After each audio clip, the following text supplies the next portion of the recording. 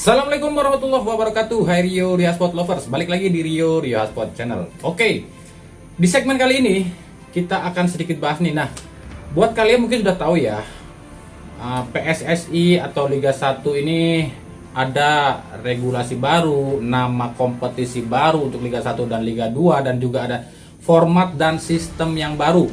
Mungkin dari kalian udah banyak yang tahu ya sistem apa, namanya apa, dan bagaimana regulasinya.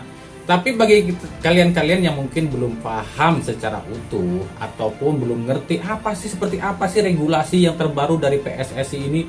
Nah, apakah benar ini keputusan PSSI, dan menurut kalian ini regulasi yang baru dan sistem kompetisi yang baru ini menguntungkankah buat klub, atau menguntungkankah buat mafia, atau menguntungkankah buat PSSI, ataukah ini memang kesepakatan dari klub?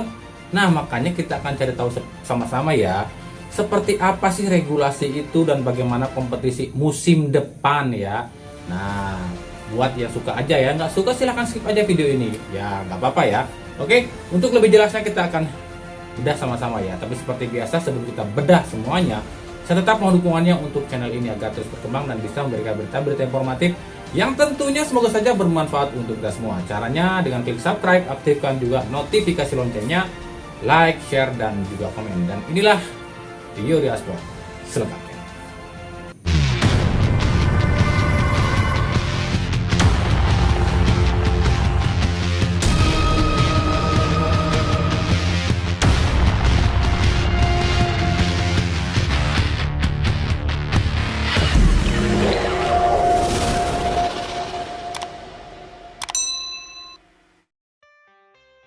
Hasil sarasehan mungkin membuat banyak publik kecewa pada PSSI, terutama Erick Thohir yang dianggap ingkar janji, di mana dalam visi misinya menyebutkan jika akan melanjutkan Liga 3 dan 2. Tapi menurut Waketum PSSI Ratu Tisa, semua itu bukan keputusan PSSI. Katanya sih PSSI akan memfasilitasi Liga 3 dan 2 agar jalan lagi. Tapi justru klubnya kabarnya hanya 2 klub saja yang setuju Liga atau yang sanggup Liga 2 dilanjutkan, yang di Bekasi City FC dan Gresik United. Sementara 26 klub lain yang menyatakan nggak sanggup lagi lanjutkan Liga dan berbagai alasan lainnya. Jadi menurut Ratu Tisa, ini bukannya salah PSSI. Kami telah mencoba menawarkan opsi pada Liga 3 dan 2 dan mempertanyakan kesediaan mereka, dan kami pun akan memfasilitasi. Tapi ternyata hanya ada 2 tim yang setuju untuk lanjutkan Liga, sementara 26 klub lainnya menyatakan tidak setuju. Jadi ini keputusan dari klub, bukan dari PSSI, ujar Ratu Tisa. Di sarasehan ini pun akhirnya ditentukan jika Liga 1 dan 2 musim depan akan berubah. Bukan cuma nama kompetisi, tapi juga format dan regulasi. Nama kompetisi sendiri adalah Liga Nusantara. Ini untuk Liga 1 dan 2 ya. Sementara Liga 3 akan dipikirkan nanti untuk format kompetisinya yang seperti apa ya. Nah, bicara soal regulasi dan format untuk Liga musim depan, khususnya Liga 1 ya, ini akan agak ribet nih. Nah, kita akan bedah satu-satu ya. Bagi yang suka silahkan tonton, bagi yang nggak suka skip aja video ini ya. Musim depan Liga 1 alias Liga Nusantara ini ada 2 opsi ya, dan dua-duanya belum disetujui. Opsi yang pertama, kompetisi akan dibagi 3 grup dan tiap grup diisi 6 tim dan dibagi dengan 3 putaran dengan sistem yang berbeda. Putaran pertama, formatnya itu adalah home away. Jadi di tiap tim di satu grup ini akan saling bertemu ya, kayak Liga Champion Eropa gitu. Jadi kalau satu grup ini ada 6 tim, berarti satu tim main 10 kali. Putaran kedua, formatnya knockout alias sistem gugur. Isinya adalah 4 tim dari grup A, 4 tim dari grup B, dan 4 tim dari grup C. Jadi ada 2 tim dari masing-masing grup di putaran pertama akan gugur ya. Dan ini pun pertandingannya disilang ya. Jadi wakil grup A ini bisa lawan wakil grup B atau grup C, begitupun sebaliknya. Putaran ketiga, formatnya kembali home away, dibagi 2 grup, yakni grup A dan grup B. Tiap grup isinya 4 tim, jadi ada 8 tim. 8 tim ini siapa ya? Ini yang finish di urutan 1 sampai 8 dari 12 tim yang ada di putaran kedua. Jadi di putaran kedua itu ada 4 tim yang gugur ya. Semifinal dan final yaitu tetap seperti biasa, yang menang dari putaran ketiga tadi itu akan diadu lagi, dan ini 100% ya kayak turnamen gitulah.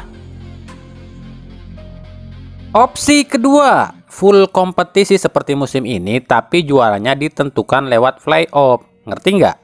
Jadi gini nih, kalau kompetisi normal itu siapa yang ada di puncak klasemen itu juaranya kan?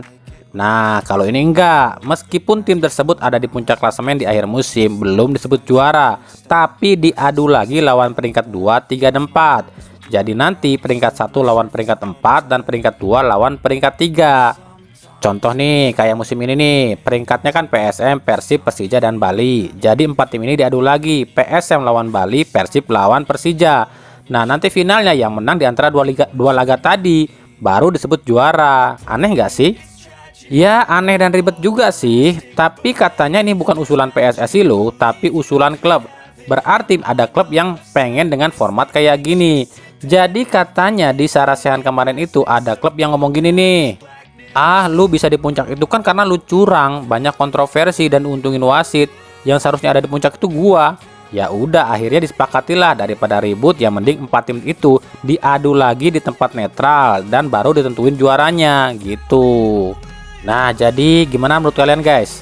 Cuma di Indo doang loh yang kayak gini, liga aneh dengan orang-orang aneh. Ada yang simple, ngapain dibikin ribet?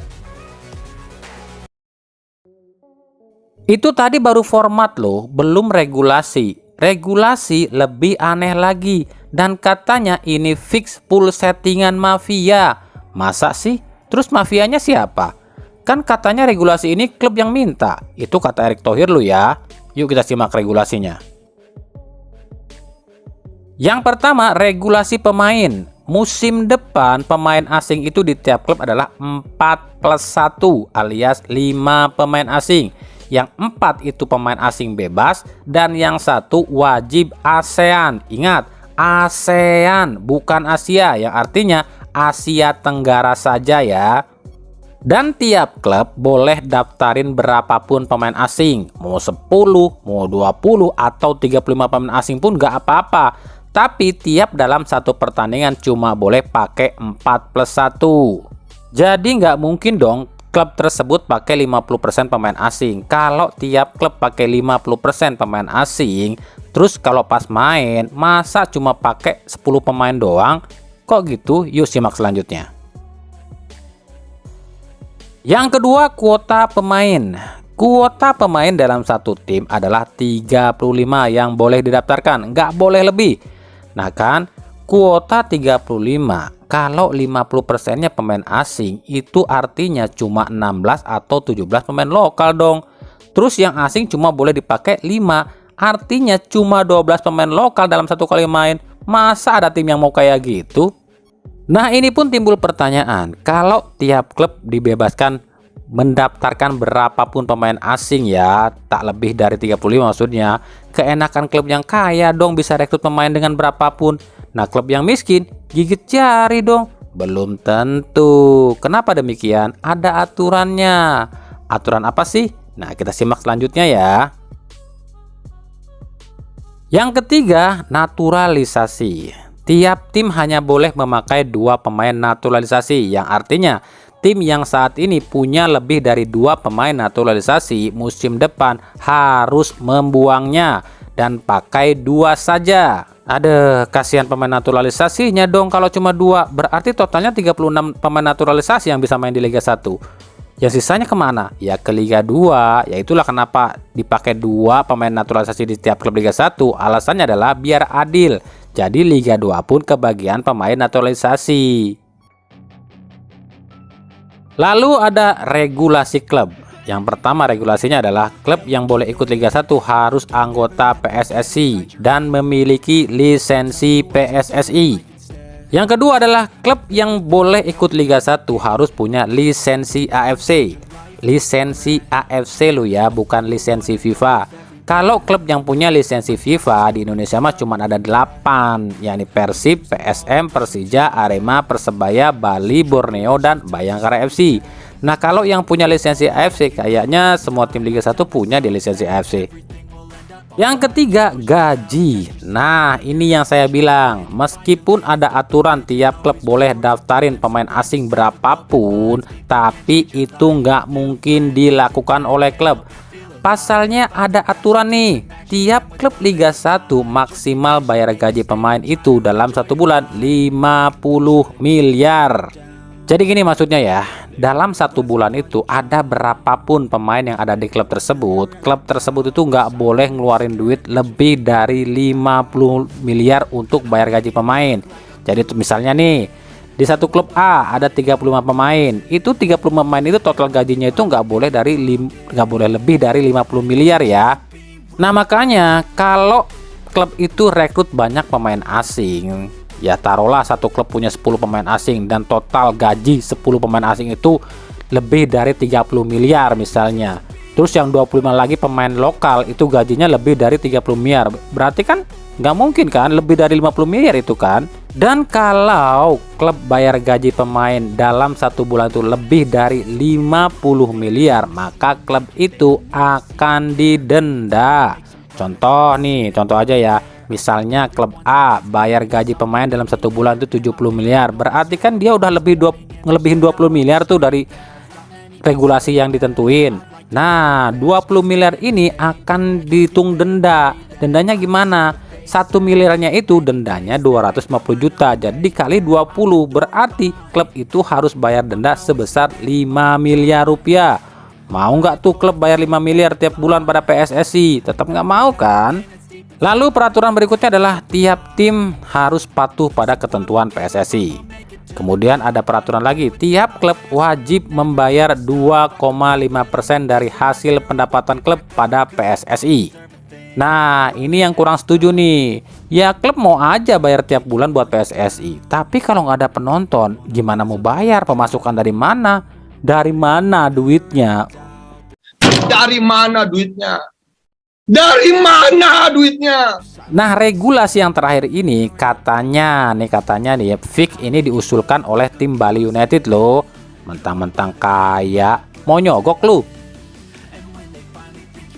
Banyak yang bilang fix PSSI yang sekarang ini tambah ribet dan tambah mafia. Kok bikin aturan aneh-aneh gitu sih? Tapi ini dibantah loh oleh PSSI. Kalau kata Erick Thohir sih ini bukan usulan PSSI, tapi klub yang minta pengennya kayak gini. Alasannya adalah biar lebih menjual dan lebih berprestasi di luar negeri. Tapi apapun itu menurut kami ini lucu. Kan yang harusnya dibenahi itu adalah pertama perangkat pertandingan, jadwal pertandingan, kualitas liga, kepengurusan federasi dan PT LIBA yang harus dirombak. Kok yang dilakukan malah ganti nama kompetisi, ganti format liga? Kan nggak nyambung. Ini klub-klub maunya apa sih? Tar aja kalau ada yang dicurangin teriak, PSSI bobrok, wasit nggak adil, bla bla bla bla. Sekarang malah ngurusin ganti nama kompetisi dan formatnya. Aduh, Wakanda, nggak orang klub, nggak liganya, absurd alias nggak jelas. Nah, gimana nih menurut kalian ya dengan sistem kompetisi yang baru yang akan datang ini? Lebih ribet atau lebih futuristik atau lebih mundur? Silahkan tulis pendapat kalian ya, karena kami tidak bisa menyimpulkan sendiri. Dan menurut kami ya, kita lihat aja lah musim depan seperti apa. Karena katanya sih ini bukan keinginan dari PSSI, tapi keinginan dari klub. Nah, klubnya yang mana nih? Ya 18 klub Liga 1 yang ingin seperti ini. Apa benar seperti itu? Atau jangan nantinya di pertengahan musim depan ya ada orang yang bilang inilah itulah, ya, kita nggak tahu lah. Ya udahlah, ikuti terus berita seputar sepak bola khususnya Liga Indonesia dan pernak-perniknya hanya di Rio Sport. Terima kasih yang telah menyaksikan video ini dan mengunjungi channel ini. Kritik dan saran selalu kami nantikan di kolom komentar atau di media sosial kami yang ada di bawah ini. Oke, sampai jumpa di video-video kami selanjutnya. Dan salam Rio Sport. Wassalamualaikum warahmatullahi wabarakatuh.